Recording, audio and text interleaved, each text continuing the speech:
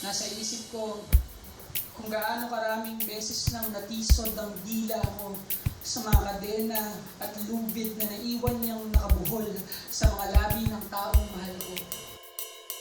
May dati kaming tambayan. Isang kapihan, Sevs ang pangalan. Ang madalas naming bisita, mga bagong nakilala. Ang iba pa, nag-iisa. Marami sa kanila may baong tula, mga damdaming nais makawala.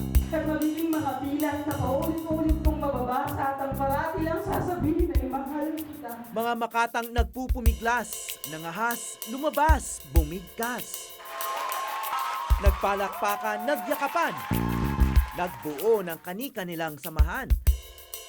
Ngunit sa biglaang dahilan, ang mga gabing puno ng kapatiran, napilitan naming tuldukan.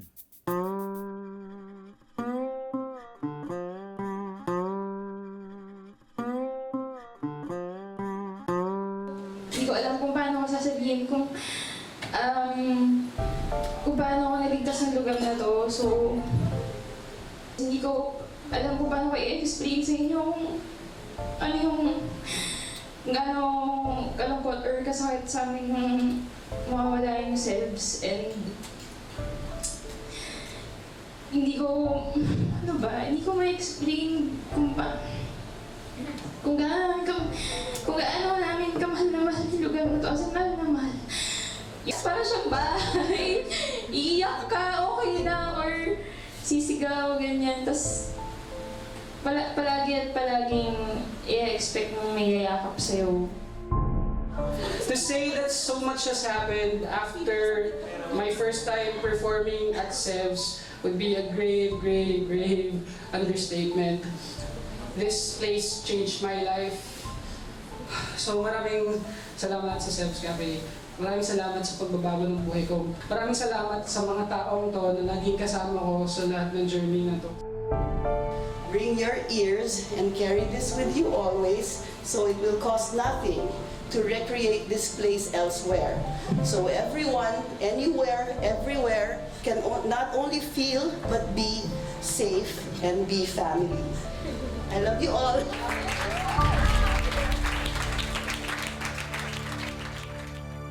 Wala naman kaming pangarap na gumawa ng tambayan o sentro ng mga spoken word artists eh. Gusto namin magkaroon lang ng space ang mga tao na hindi sila mahihiya na magdiskusyon tungkol sa mga mahalagang bagay. Ay maraming eksperimento yung asawa ko doon. Iba-iba yung mga sinubukan niyang gawin doon. Sa lahat ng sinubukan ng asawa kong gawin doon, yung mga poetry night, yung mga open mic, yung talagang naging popular. Straight as the lines on the board are straight. Straight as the bars of a cage are straight. Straight as the point that she wanted to make was outdated. Lagi namin pinapaalala sa mga nagpa-perform doon at mga nakikinig doon na ang Sevs Cafe ay isang safe zone. Walang pwede mag-boo, walang asaran, walang kantsawan. We wanted people to be comfortable with reading and performing their poetry. Kasi alam namin galing sa kanilang kaluluwa yun eh. I camouflage my softness with men's cologne. And on most days, when I stare at my nakedness in the mirror, I hear it throwing lies at me. Doon ko nahanap yung Sevs Cafe. Doon ako nag-start. Sobrang welcoming ng mga tao. And then, nung nag-perform ako, in-announce nila ako as second placer. Pero, technically, wala naman talagang gano'n. So sabi ko, baka sobrang in-encourage nila ako na mag-perform pa more. So, yun, tinuloy ko siya. Nag-try ako ulit ng next month, and then the next month, hanggang sa nagtuloy-tuloy na ako. Every month na ako. Hindi lang siya cafe na parang may paka na magpalabas lang ng mga spoken word event, kundi talagang parang nurture din ng isang komunidad ng mga artists tsaka audience. Kung saan-saan galing ang mga nais magtanghal ng kanilang tula. At ang isa sa kanila lumuluwas pa mula Lucena sa probinsya ng Quezon, na 4 na oras ang layo sa Maynila.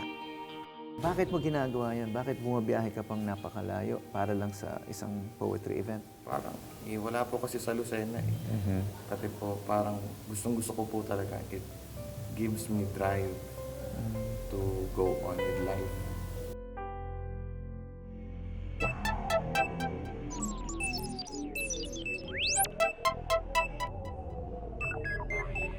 Sa pagkawala ng tahanan ng mga bagong Makata, may pagpapatuloy kaya nila ang kanilang naumpisahan. My name is Shattered Heart. My parents are tired eyes and swollen ego. I was born as chubby cheeks. I grew up as chubbier cheeks. And I grew into morbid obesity. How you doing? Isa si Trevor Villoria sa mga naunang naglakas loob bigkasin ang kanyang tula sa Seb's Cafe. She asked me again. Wala mag-aakalang dating takot sa entablado si Trevor. So dati, sobra kang nervyoso. Nervyoso. And parang hindi ko rin trip. Parang ayoko rin. Pero parang hindi. Pero ayoko. Pero parang gusto ko rin secretly. Diba? It was almost like, no, I'm not meant for that. I'm not good enough. I am a calculated risk. But then when I'm up there, when I'm trying to hide all of that, when I'm trying to hide all of my fears and insecurities, I become, something that I'm not, or at least not yet. I have a sudden, parang charisma about myself that I've never seen in myself before. And I'm like, wow, so I'm capable of doing that. So I'm glad I discovered that about myself. Why don't I use that again?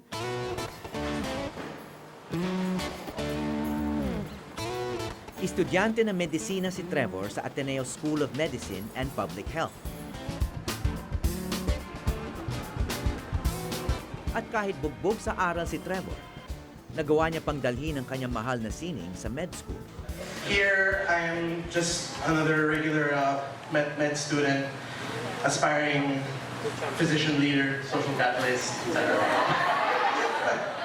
But outside, I am a spoken word artist for Words Anonymous, and I do spoken word poetry when it helps pay for tuition. I love you like a simile. I love you like Sarah Kay loves bicycle tires. I love you like Jim loves Pam. I love you like Brick loves lamp. I love you like Clark loves Nadine Lustre, I think. Natuklasan ni Trevor ang spoken word sa internet at naging tagahanga ng mga sikat na Amerikanong Makata katulad nina Sarah Kay at George Watsky. Hindi niya inakala na darating ang panahon na siya mismo ay magtatanghal ng kanyang tula sa Amerika. And it's no longer fun. Noong Hunyo ng nakaraang taon, bumigkas ang sariling likha si Trevor sa Bowery Poetry Club sa New York. When I say I love you, it feels like an invasion of your privacy. So let me add an apology somewhere in there. I love you. I'm sorry.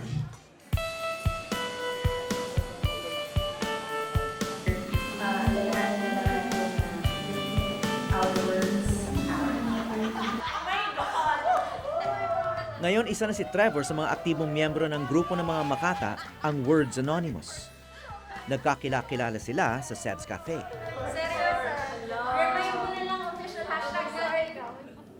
This piece is about love and reincarnation. At ngayon, nagtatanghal na sila sa iba't ibang lugar. Umaabot pa sa probinsya at sa mga piyesta. Iniilawan ng daan ng kinakalas ang aking mga kandado, sinta. Alam kong matagal pa bago mabaklas ang kadenang nakapulupot sa aking puso, pero handa na akong ibigay ito. Maraming beses. Napansin ko na nandun ang Makata ng Lucena na si Alfie. High school days, no one wanted to talk to me because I am simply me. The hardest part is they always get used for being so nice, and they always end up looking stupid at the end, and the English is so wrong. Bakit mo tinatawag na therapy yung spoken word? Ano po kasi naging outlet ko po siya talaga of my depression and sadness. So I turn my sadness into happiness, you know. How does poetry turn sadness into happiness? Ano po kasi, while other persons are in the business of forgetting, ako po yung tipong tao na gusto ko lagi, I want to remember good things and I want to remember pain as pain at is. Yung gano'n lang. So, I just let it all out. And letting all of those out, parang nalelesen po lahat ng pain. About all the girls who broke your heart. Kadalasan, pait ng karanasan sa pag-ibig ang laman ng mga tulang itinatanghal. Kaya naman madaling nakabit sa spoken word ang salitang pugo. It's more than just heartbreak, right? Yeah, it's more than just heartbreak. A lot of my pieces, deal with bullying, abuse, and for the people in the LGBT community, a lot of them are very talented poets in the scene. It's not just about, oh, this person left me, oh, I was rejected. Of course, that's also equally valid, but people shouldn't box it in that parang it's a tiny hole where people put, oh, hugot, heartbreak. Dahil ang pagsulong at ikot ng mundo, hindi hihintayin, tumunganga tayo. Tunog moderno ang spoken word, ngunit aming natuklasan noong panahon ng mga Amerikano. Meron daw boxing ng mga tula. Ang aking pag-awit ay iyong pinansin. Buti na lang at sinabi mong ang boses ko'y malingin. Sa bansa po natin, maraming mahirap. Kung walang trabaho, mahirap maghanap. Kung mayroon naman, mahirap tumatag. Empleyato'y hirap na laging magsipag. Ang kapitalista'y hirap magpabundag. Subalit sa lahat, ang pinaka naghihirap ay ang mga politiko sa pagiging tapat. Umaabot pa sa New York, sa Bowery Poetry Club, ang mayamang tradisyon ng tula ng Pilipinas. So anong papel ng mga Makata noong araw sa Pilipinas? Yung Makata sa isang banda ay kinikilala rin bilang sage o yung wise man o yung marunong. Diba? Kasi yung mga katotohanan ay naisa sa tinig niya, naililipat niya sa salita at ito yung napapakinggan at natatandaan ng lahat. Lakandiwang mahal, panig ko po ito. Sa pagtatrabaho sa dagat ibayo nitong Pilipino'y tumututol po ako. Sapagkat hindi patas ang tingin ng mundo, sapagkat tiwali ang ating gobyerno. Mga Filipino'y naaagrabyado. Ang tanong ko, katalo ko, ay dapat mong unawain.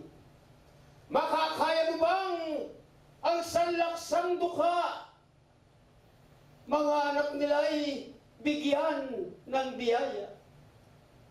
Sa ating gobyerno, kung aasang lubha ay dilatang mata kung kagang sigmura. Kasama ang kapwa Makatang sina Vim Nadera at Tio Antonio, binubuhay ni Michael Coroza ang balagtasan na dinadala pa nila sa ibang bansa. Panahon ng mga Amerikano nang sumikat ang balagtasan. Ginaganap ito sa Olympic Stadium, sa Rizal Memorial Stadium, sa Opera House, no? At nagbabayad ang madla para manood ng mga nagtatalong Makata. At sabi ko nga sa iyo, ang description ko ng balagtasan, yan ay boxing na patula. Ang mga Makata hindi nagsusuntukan, kundi nagpapalitan ng suntok sa pamamagitan ng talinhaga. Ganun yan. No? At ang madla, nagbabayad ng mahal para makinig sa kanila, para panoorin sa kanilang pagbigkas. At ang bawat Makatang nagtatalo sa isang balagtasan ay kinatawan ng bayan. Madalas na magkatunggali noon sina Jose Corazon de Jesus at Florentino Collantes. Sa huli, ang panig na may pinakamalakas na palakpak ang wagi. May premyo ba to? Oh, Kumikita sila dyan. May kontrata to. Parang boxing talaga. Bukod sa balagtasan, hari rin ng matatamis na salita si Jose Corazon de Jesus, na kilala rin bilang Huseng Batute. So, may mga hugot themes na noon pa. Siyempre. Lahat yun, ang mga tula, lalo na Jose Corazon de Jesus, kung may hugot kang tinatawag, ayun, mahugot lahat yun. Sa kanya nanggaling yung mga linya na yung tungkol sa pag-ibig. Sabi niya, di ba, yung pag-ibig. Ang pag-ibig ay may mata, ang pag-ibig ay hindi bulag. Sa marunong na umibig, bawat sugat ay bulaklak. O, di ba? Hugot yun. Ipinarinig niya sa akin ang original na recording ni De Jesus ng kanyang tulang Ang Pagbabalik. Sa pintulang narong tahanay tumatok, pinatuloy ako ng magandang loob. Kumain ng kongsit na tulog sa lungkot, ang puso kong sila ayaw ng sugo.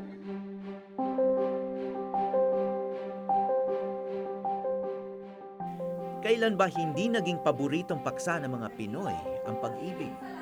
Nitong nagdaang araw ng mga puso, dinagsa ang isang palabas tungkol sa mga sawi sa pag-ibig na pinamagatang Ampalaya Monologues. Alright, so the next Ampalaya Monologue ay para naman sa mga pusong bato.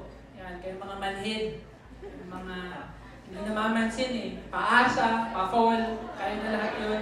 Maring pagod na akong lumimod sa mga pangako. Sinlayo ng buwan. Ang nais marating, pagod na akong magpaikot-ikot sa palad ng mapaglarong pag-ibig. Pagod na akong magbukas sara ng pinto sa mga katok ng panandali ang bisita, kaya huwag na lang. Uy. Oo. Ikaw. Ikaw na password ng lahat ng social media at email account ko. Hanggang ngayon. Oh, ikaw na ang nagustuhan ko kahit pareho pala tayo ng gusto. Kaya pala hilig mo na magpabango ngayon kasi may bago ka ng amoy na tinatago. Kaya pala hilig mo na lumabas para tumakbo. Ako na pala yung nilalayuan mo. Iba raw itong sining na monologue sa spoken word. A spoken word is more of a poet performing their piece, their poem. For a monologue is an actor acting as a character and telling a story. So it's more casual, mas conversational yung attack namin pagdating sa pagpe-perform. Yung pakiramdam na, Miss Universe ka na, tapos wala pang 5 minutes, wala na sa'yo yung corona. Lahat ng mga itinanghal na monologo isinulat ni Mark at ang mga bumigkas nito ay mga aktor at aktres. The man behind the hugots, ang nagtanim ng Ampalaya Monologues, please welcome Mark Gosor!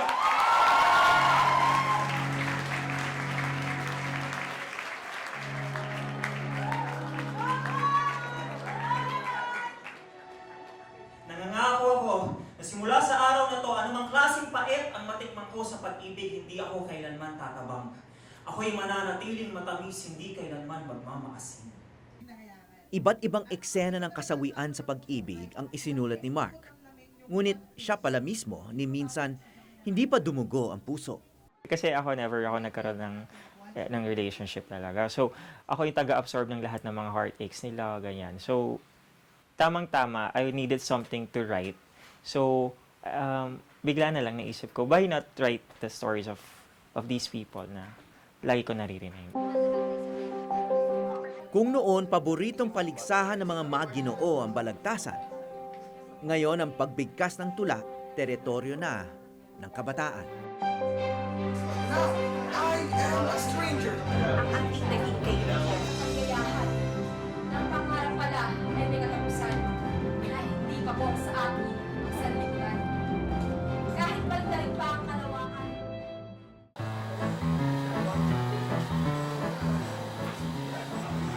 Bumiyahe ng mahigit 4 na oras ang Makata ng Lucena upang makarating sa Cubao.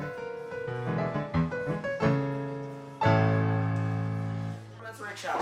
Dito sa performance workshop natin, gagawin natin itong brief and we will give you tips on how to perform. May libreng workshop sa isang kapihan doon ng spoken word na inorganisa ng kanyang samahan, ang White Wall Poetry.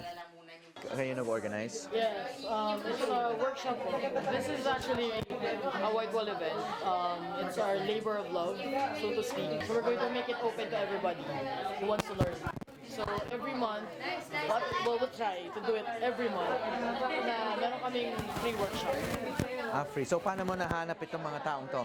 They signed up. On Facebook? No, they sent us an email. Tapos, usually, ang opening lang namin would be around 15 to 20 people eh. So, ang daming nag-message. Ang daming gustong sumali Could only accommodate 20 people. That's cool. Yung title pa lang, paano magsulat ng tulak? Oh, there's Alfie. Kumusta? Galing ka pa Lucena?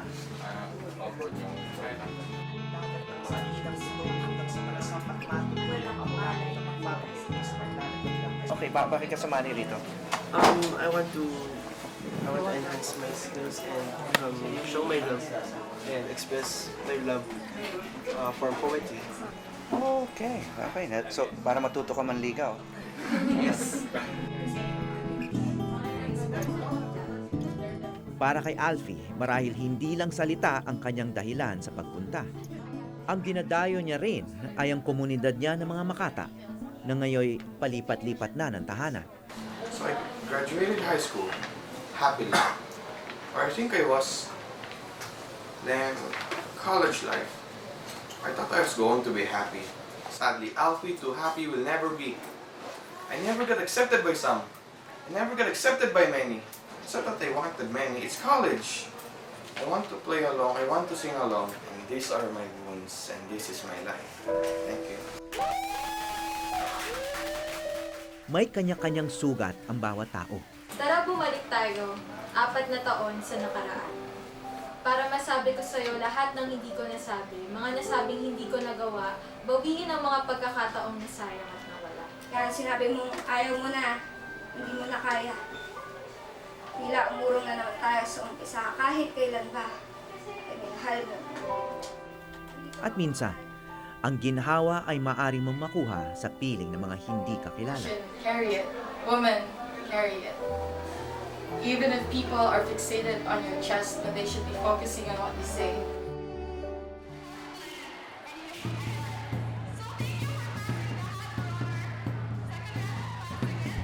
Sa Bring Your Own Hugot event sa Makati, natampok ang grupo ni Trevor na Words Anonymous. Bukas din sila sa mga baguhan. Hi, so this is my hugot. Actually, nandito siya ngayon and katable ko siya sa pag-inom ko. Wow! Stand-up kasi naman yun. Charot. So, ako ito. Ako. Yung taong nangako pero hindi ito totoo. Yung taong sinaktan, iniwan at pinarusahan. Ang puso mong walang muwang. Yung taong minahal, hinintay at tinanggap mo na walang puwang. Oo, ako ito. Katulad sa Seb's Cafe, walang basagan ng trip sa mga pagtitipon ng Makatang aming dinaluhan. Nakakapit sa iba para lang sa kaligayahan na dala nila dahil lang hindi ko mahanap ang sarili kong ligaya. Nais kong isipin na ang mga inumpisahan namin ng asawa kong si Ipat sa Seb's Cafe noon ay dinala ng mga Makatang unang sumabak sa pagtula doon. This is home for us for the past 2 years, and it's difficult to leave a home behind. Tapos na ang palabas. Magsisimula na tayo sa wakas. Sa wakas. Nagsimula na tayo sa wakas. Nagpaalam rin ang aking 13 anyos na anak na si Alon, ang pinakabatang hugotero ng gabi. Bring your ears and carry this with you always. So it will cost nothing to recreate this place elsewhere. So everyone, anywhere, everywhere, can not only feel, but be safe. Salamat po.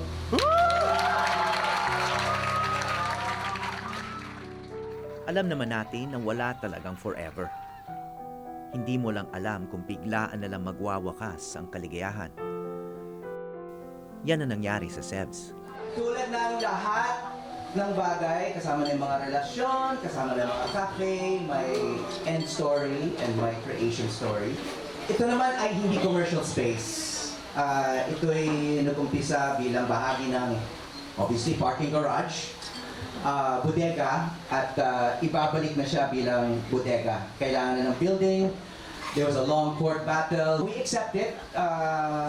And ano naman namin na, aside from the fact na walang forever, yung isang piece of wisdom that we've all received from a well-known play na kinakanta rin dito ay yung, the opposite of war is not peace, diba? It's creation. So, maraming salamat sa inyong pagpupunta rito, inyong pagmamahal. And we shall see each other again kasi di lang, ang Sebs Cafe ay hindi na isang physical space, hindi lang isang restaurant. Isa siyang spirit, isa siyang culture, isa siyang community. There are many communities, whatever art that you're into. So magkikita ulit tayo. Yes! Thank you very much, and may the force be with you. Mula sa Maynila, ako po si Howie Severino at ito ang Eyewitness.